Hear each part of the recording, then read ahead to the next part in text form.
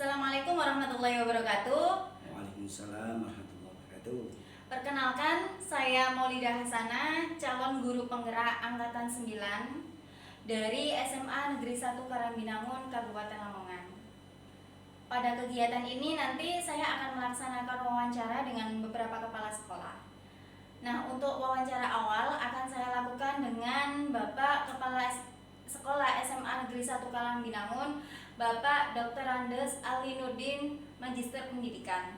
Selamat pagi Bapak, Assalamualaikum. Waalaikumsalam warahmatullahi wabarakatuh. Bapak, bagaimana kabarnya pagi ini? Alhamdulillah sehat. Ya. Alhamdulillah. Bapak, terima kasih atas waktunya sudah berkenan untuk kami wawancarai. Di kesempatan ini nanti saya akan mewawancarai Bapak tentang topik pengambilan keputusan berbasis nilai-nilai kebajikan sebagai pemimpin, Pak. Jadi nanti kita akan banyak berdiskusi tentang bagaimana Bapak selama ini mengambil keputusan, mengambil kebijakan-kebijakan dalam keputusan Bapak selama ini, gitu Pak ya. Bapak, sebelum saya awali kegiatan wawancara ini, saya pengen tanya ini, sejauh ini Bapak menjabat sebagai kepala sekolah sudah berapa tahun? Terima kasih. Alhamdulillah saya sudah menjabat sebagai kepala sekolah itu kurang lebih 21 tahun. Jadi 12 tahun di sekolah swasta dan yang 8 tahun di sekolah negeri itu. Jadi kurang lebih ya 21 sampai 22 tahun itu. Wow, sudah sangat hebat sekali ya Pak, 21 tahun menjabat sebagai kepala sekolah. Tentunya banyak sekali asam garam Pak ya, yang panjenengan lalui selama ini. Ya Alhamdulillah, dari mulai masa yang sulit sehingga sudah masa-masa yang sudah ya lumayanlah didukung oleh komponen atau didukung oleh ya kiri kanan yang sudah bagus. Kalau di awal-awal kan memang serba kurang. Jadi kepala sekolah yang belakangan ini katakanlah sudah tidak seberat di zaman awal-awal menjadi kepala sekolah. Ya, itu yang jelas itu. Ya, jadi seiring perjalanan waktu gitu Pak ya, semakin lama semakin berpengalaman akan semakin mudah gitu Pak ya. Bapak selama 21 tahun ini saya yakin Bapak sering menghadapi permasalahan-permasalahan Pak ya selama masa kepemimpinan Bapak. Tentunya masalah-masalah yang Bapak hadapi pastinya beragam. Nah, selama Bapak menemui masalah Pak di lembaga yang Bapak pimpin, bagaimana Bapak dapat mengidentifikasi kasus-kasus tersebut merupakan dilema etika atau bujukan moral Pak? Begini, karena di setiap zaman ya itu tantangannya beda. Jadi setiap zaman, setiap waktu tantangannya beda. Tentunya cara menyelesaikannya kalau ada masalah juga beda. Nah, kalau di awal-awal tantangan yang paling banyak mungkin masalah dana, fisik dan lain sebagainya. Tapi kalau di akhir ini tantangannya sudah lebih luas. Masyarakat semakin pintar. Kalau dulu kan masyarakat itu masih komunikasi, alat komunikasi masih terbatas, sehingga kalau ada masalah-masalah di sekolah lembaga yang saya pimpin itu tidak begitu cepat menyeruak. Tapi kalau sekarang kan cepat, jadi makanya sekarang itu kalau menyelesaikan harus hati-hati betul, karena sekarang masyarakat, orang tua, stakeholder itu semakin pintar, maka kita harus banyak belajar bagaimana cara ya menyelesaikan permasalahan itu agar tidak melebar dan cepat kembali seperti semula, tidak ada masalah di lembaga itu. Berkaitan dengan masalah etika ya, istilahnya dilema etika sekarang itu. Dilema etika itu kan begini ya, dilema etika itu kan menyelesaikan, namanya saja dilema. Dilema itu kan kalau saya makan, bapak yang mati, kalau tidak saya makan, ibu yang mati, kan itu loh dari kata asal dilema itu. Dilema etika itu kan kadang-kadang ada dengan hampir mirip dengan rujukan moral. Iya. Nah, jadi kita harus objektif betul untuk mengatasi itu maka kita harus punya pedoman. Ini sebenarnya dilema etika apakah bujukan moral. Maka kami kembali pada pedoman. Maka di awal kami menjabat mesti menyusun namanya ya, job deskripsi dari masing-masing pembantu kami di sekolah itu. Jadi kami susun job deskripsi berdasarkan perundang-undangan dan peraturan yang berlaku. Nah, kalau di kurikulum sekarang itu pedoman kita kan 8 standar itu, 8 standar nasional pendidikan itu. Karena dilema etika ini ya, ada keraguan-keraguan, maka kita kembali pada job deskripsi dan aturan yang berlaku itu agar tidak terjebak apakah ini dilema etika atau bujukan moral dan seperti itu, untuk membedakan itu. Tapi namanya keterbatasan pikiran kami ya jelas kadang-kadang menurut kami itu dilema etika tapi ternyata itu bujukan moral. Nah, seperti itu. Jadi tantangan yang beragam ini Pak ya. Beragam itu. Kita harus berhati-hati untuk mengidentifikasi apakah permasalahan kita hadapi ini masuk di dilema etika atau di bujukan moral. Selanjutnya Pak, selama ini bagi Bapak selama mengambil keputusan di sekolah Bapak, terutama untuk kasus-kasus yang di mana ada dua kepentingan yang sama-sama benar atau sama-sama mengandung nilai kebajikan, Bapak pernah enggak menghadapi keadaan seperti itu? Ya, kalau hal yang seperti ini tidak hanya pernah tapi yo sering lah. Untuk menyelesaikan, kami seperti yang kami lakukan tadi, kita melihat dari pedoman. Istilahnya di situ kan ada istilahnya apa, patokan norma, nilai norma dan nilai patokan. Nilai norma itu berdasarkan ini pertimbangan-pertimbangan. Ada dua lah, katakanlah kebajikan dua. Maka mana yang lebih bermanfaat? Sama-sama kebenaran. Tapi mana yang lebih bermanfaat di saat itu? Karena katakanlah A itu benar, B benar. Tapi yang kita perlukan kebenaran itu A yang saat ini, B itu benar tapi kita perlukan nanti di belakang. Maka kita mengambil keputusan yang A dulu yang kita ambil. Itu seperti itu contoh sederhananya. Nah, kami juga tentunya tidak hanya saya pribadi. Jadi pembantu kami Wakasek dan pengembang terutama yang aktif itu mesti saya ambil, saya minta pertimbangan. Maka saya sering seminggu sekali itu pasti, terutama minggu terakhir hari Jumat itu mesti, meskipun hanya 5-10 menit mesti saya ajak kumpul itu untuk melakukan hal-hal yang segera kami mengambil keputusan untuk kami laksanakan. Itu terima kasih. Jadi tentunya sudah sering Pak ya menghadapi masalah seperti itu. Kemudian langkah yang Bapak lakukan yaitu koordinasi dengan Waka, kemudian ada evaluasi minimal setiap 1 minggu sekali di hari Jumat, betul Pak ya. Kemudian Pak, hal-hal apa saja yang selama ini Bapak anggap efektif dalam mengambil keputusan terkait kasus dilema etika Pak? Yang paling efektif ya itu tadi. Yang paling efektif, ya efektif dan efisien. Kita kan tidak hanya efektif saja, nanti efektif, berhasil tapi lama. Tapi kami juga memikirkan di samping efektif juga efisien. Maka itu tadi, kalau menurut saya pribadi misalnya kok, nomor 1 yang harus diselesaikan, tapi menurut teman-teman dalam musyawarah itu kok yang nomor 2, maka kami tidak mendahulukan ego kami, ya kami hasil rapat itu yang kita buat, dan insya Allah pendapat orang banyak itu akan lebih bagus daripada pendapat 1-2 orang.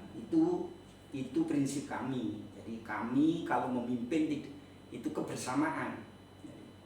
Kepentingan orang banyak itu kami dahulukan daripada kepentingan hanya sekelompok. Contohnya gini, guru berkepentingan mengusulkan sesuatu, siswa juga mengusulkan, sama-sama penting, hal-hal penting. Mana yang kami dahulukan? Yang kami dahulukan siswa, karena di sekolahan itu siswa itu menjadi, di samping objek utama adalah subjek, ya kan, tempat pendidikan. Maka yang kita utamakan, semuanya utama, tapi kan siswa harus kita dahulukan. Itu contoh. Jadi ada 2 sama-sama mengajukan kegiatan dari Bapak Ibu guru, terus yang kedua dari siswa, maka karena lain hal tidak mungkin kita laksanakan kedua-duanya, maka yang kita utamakan adalah siswa, itu karena utama. Sesuai dengan filosofi KHD Pak ya, menghamba pada murid begitu Pak ya. Iya, gitu. Oke, jadi langkah yang Bapak lakukan itu koordinasi gitu ya Pak. Kemudian hasil rapat itu Bapak mengambil keputusan dari hasil musyawarah gitu ya. Jadi tidak sesuai dengan ego, masih ada nurani dan masukan dari banyak kalangan gitu Pak ya. Baik Pak, pertanyaan selanjutnya, hal-hal apa saja yang selama ini merupakan tantangan bagi Pak Ali dalam mengambil keputusan pada kasus dilema etika Pak? Ya, tantangan itu kan dari dalam kan. Dan tantangan itu dari dalam.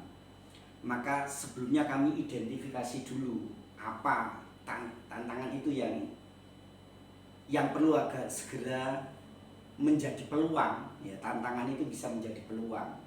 Itu. Jadi untuk menyelesaikan itu ya kami tetap istilahnya mengikut sertakan yang menurut saya pribadi itu membantu kami itu mempunyai kapasitas untuk menyelesaikan itu. Jadi itu meskipun nanti ya endingnya harus kami yang memutuskan, tapi kan itu pendapat dari tim kami. Jadi tapi tetap atas nama kami pimpinan sekolah seperti itu. Keputusan akhirnya lagi-lagi dari hasil musyawarah begitu Pak ya. Jadi selama musyawarah itu kan pasti ada tantangan, banyak pendapat. Nah di akhir itu nanti baru jadi keputusan begitu Pak ya. Bapak selanjutnya, apakah Bapak memiliki sebuah tata cara atau jadwal tertentu Pak dalam sebuah penyelesaian kasus dilema etika? Apakah Bapak langsung menyelesaikan di tempat atau memiliki sebuah jadwal untuk membantu menyelesaikan masalah dilema etika itu, ada prosedur-prosedurnya gitu Pak? Ya, terima kasih kembali.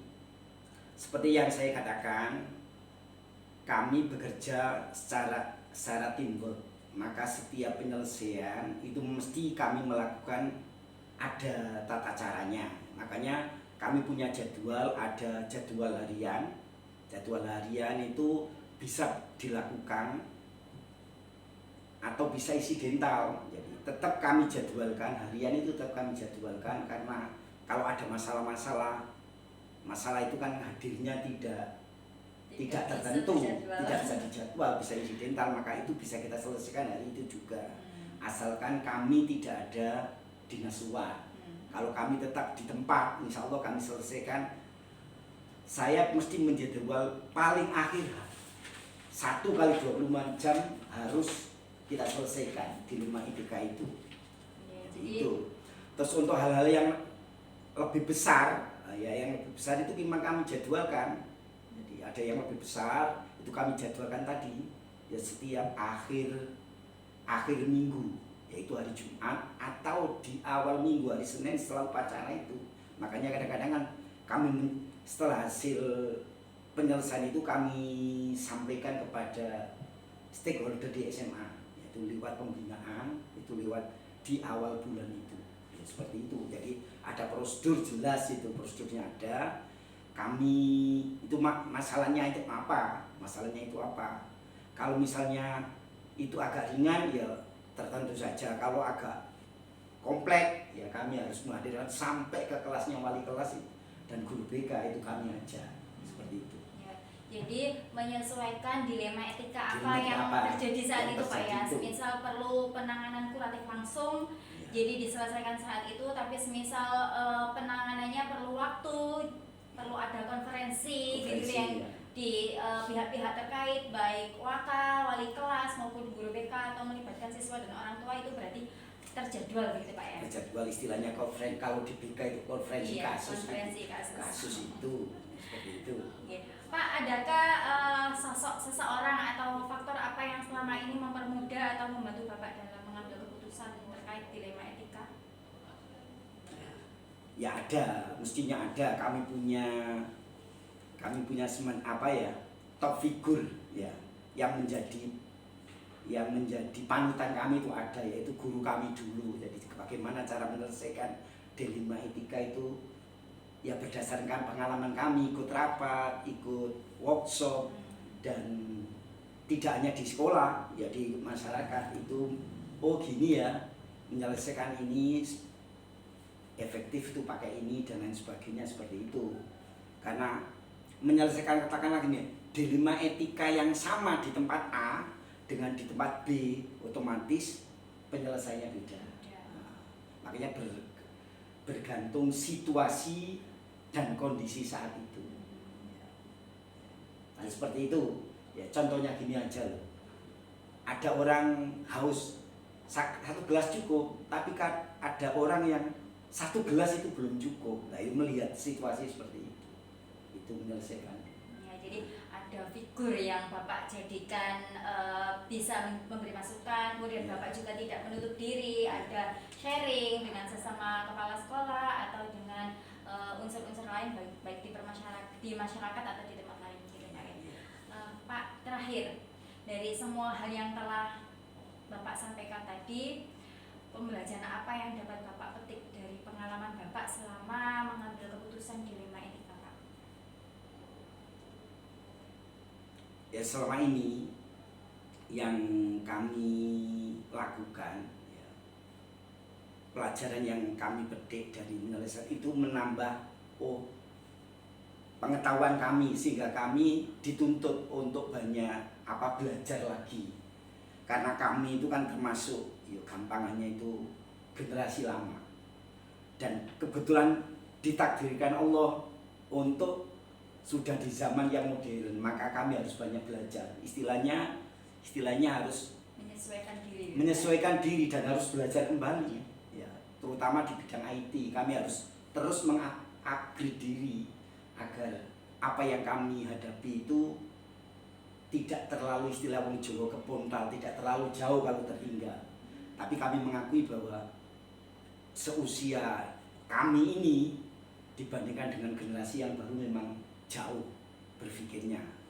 Yang baru itu kan di samping sarana yang sudah tercukupi dan di awal waktu belajar juga sudah cukup, sehingga apa yang diperoleh itu lebih banyak daripada zaman kami dulu. Seperti itu. Baik, luar biasa sekali Pak pengalaman Bapak selama 21 tahun ini menghadapi dilema etika dan bagaimana Bapak menyelesaikan dilema etika dengan baik. Pak Ali, terima kasih banyak atas waktu yang sudah diberikan. Semoga apa yang sudah Bapak sampaikan tadi jadi pembelajaran bagi saya pribadi, pengalaman untuk kedepannya ketika saya menghadapi siswa dengan permasalahannya, kemudian bisa membedakan apakah itu dilema etika atau bujukan moral, sehingga keputusan yang bisa saya ambil nanti jadi keputusan yang bijaksana. Terima kasih kembali. Terima kasih Bu Maulida. Sama-sama Pak. Demikian wawancara yang saya lakukan dengan Bapak Dr. Andes Ali Nurdin, Magister Pendidikan, Kepala SMA Negeri 1 Karangginangun Lamongan. Semoga dapat menjadikan manfaat untuk kita semua. Terima kasih. Assalamualaikum warahmatullahi wabarakatuh. Waalaikumsalam warahmatullahi wabarakatuh.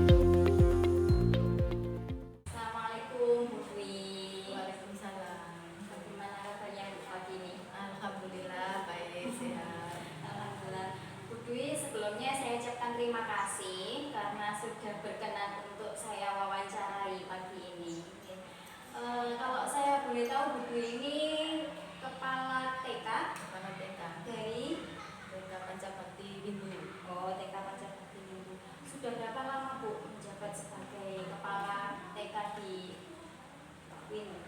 Mulai tahun 2017.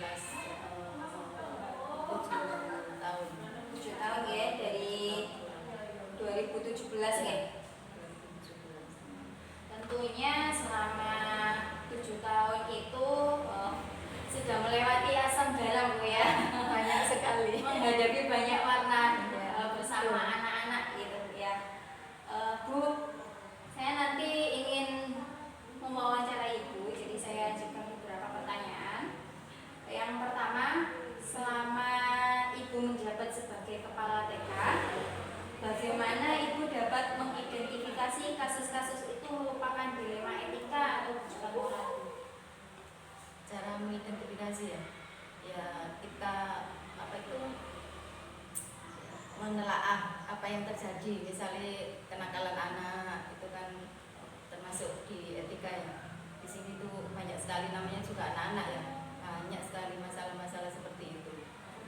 Karena Bu ya, masa-masa perkembangan gitu ya, jadi rata-rata Emosinya lebih belum di bisa emosi terkontrol. gitu ya. Kemudian selama ini bagaimana Ibu menjalankan pengambilan keputusan di sekolah, terutama untuk kasus-kasus yang ada dua kepentingan yang sama-sama benar Bu. Jadi panjenengan menghadapi dua kasus yang sama-sama benar, itu bagaimana Ibu menghadapinya? Saya selalu merundingkan sama teman-teman satu lembaga, teman-teman guru yang lain, guru TK dan guru KB. Untuk mengambil keputusan tersebut, kita cari atau seandainya disuruh milih ya antara dua, kita cari yang lebih penting atau yang lebih dibutuhkan di lembaga ini, itu yang saya diambil. Jadi mengutamakan mana dulu ya yang lebih utama gitu Bu ya, baru nanti setelahnya kalau sudah terselesaikan bisa fokus ke permasalahan yang lain yang lebih ringan. Kemudian langkah-langkah Bu, langkah-langkah menyelesaikan permasalahan tersebut biasanya apa yang Ibu lakukan? Kan kita cari permasalahannya, pokok permasalahannya dulu, penyebabnya itu apa. Habis itu misalnya kalau penyebabnya dari sekedar lingkungan sekolah, kita cari misalnya dari kenakalan anak tadi ya, penyebabnya dari temannya, kita arahkan ke temannya tadi dulu, kenapa kok sampai seperti ini. Terus kita cari penyebab kedua, misalnya kalau dari orang tua, kita cari kenapa kok bisa seperti ini. Terus kita memberi nasihat, kalau dari temannya tadi memberi nasihat, temannya nggak boleh gini, kalau orang tua juga gitu. Berarti dalam menyelesaikan masalah Ibu melakukan konfirmasi dulu ya. Jadi tidak menilai bahwa anak itu langsung salah, tapi Ibu mencari permasalahan utamanya itu di mana sih? Gitu. Sumber masalahnya itu di mana? Iya. Bu, hal apa saja yang selama ini Ibu anggap efektif untuk menyelesaikan permasalahan dari yang Ibu hadapi terkait dengan murid yang berkaitan dengan dilema etika? Ya itu tadi, kita komunikasikan ke orang tua terutama, biar orang tua itu tidak salah paham. Misalnya anak ini kok seperti ini, mereka kan tidak tahu, karena ada yang ditungguin di sini, tapi kelompok B ini kan mayoritas tinggal semua. Jadi kita selalu kasih info ke orang tuanya, kejadian ini tadi hari ini, mulai dari datang sampai pulang diinformasikan di grup B, tadi ini bertengkar sama ini, permasalahannya seperti ini, jadi tolong ya Ma, nanti nyampe rumah itu anak-anak ditanya apa sih, soalnya tadi sama bundanya kok nggak mau cerita, ada yang nangis, mungkin sama dengan teman. Jadi komunikasi ya. Bu,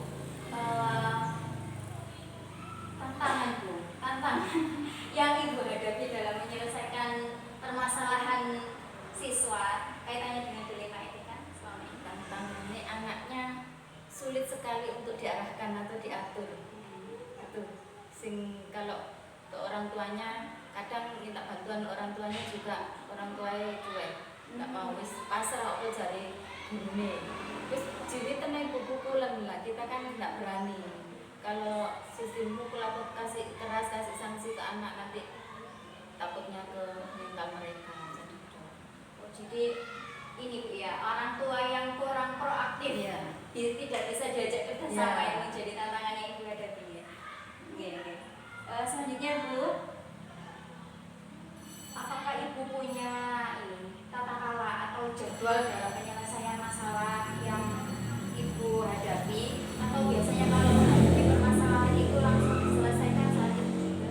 Iya, kami berusaha langsung diselesaikan saat itu juga jadi tidak pakai jadwal, langsung hubungi misalnya kalau itu ya langsung hubungi pihak orang tua. Kadang orang tua juga langsung kesini nanyakan, karena anaknya kan kadang di depan situ ada yang nunggu seperti kelompok aja, jadi langsung seperti itu. Jadi lebih menerapkan penanganan segera Iya. mungkin supaya permasalahan segera selesai. Bu, dalam penanganan kasus ya, panjenengan kan pasti banyak menghadapi kasus anak yang bermacam-macam dari kultur keluarga yang bermacam-macam. Tentunya terkadang mungkin ibu merasa kok saya ini rada sulit ambil keputusan gitu Bu ya. Adakah seseorang yang ibu jadikan ini apa ya, semacam penasehat atau sosok yang bisa memberikan masukan kepada ibu? Ada ya termasuk Jawa teman saja ya, Jadi sama Bu Yuni yang kepala KB itu kalau sama saya kan ketemu gini Mbak, nyambung biasa ngomong enak, cukup teman sejauh aja, jadi permasalahan kita tidak sampai berjuang keluar. jadi ada kolaborasi Ya. dengan teman sejawat. Wah, kita sekali. Dari kegiatan kita ini Bu, apa sih pembelajaran yang dapat ibu ambil terkait dengan pengalaman ibu dalam mengambil keputusan di dilema etika?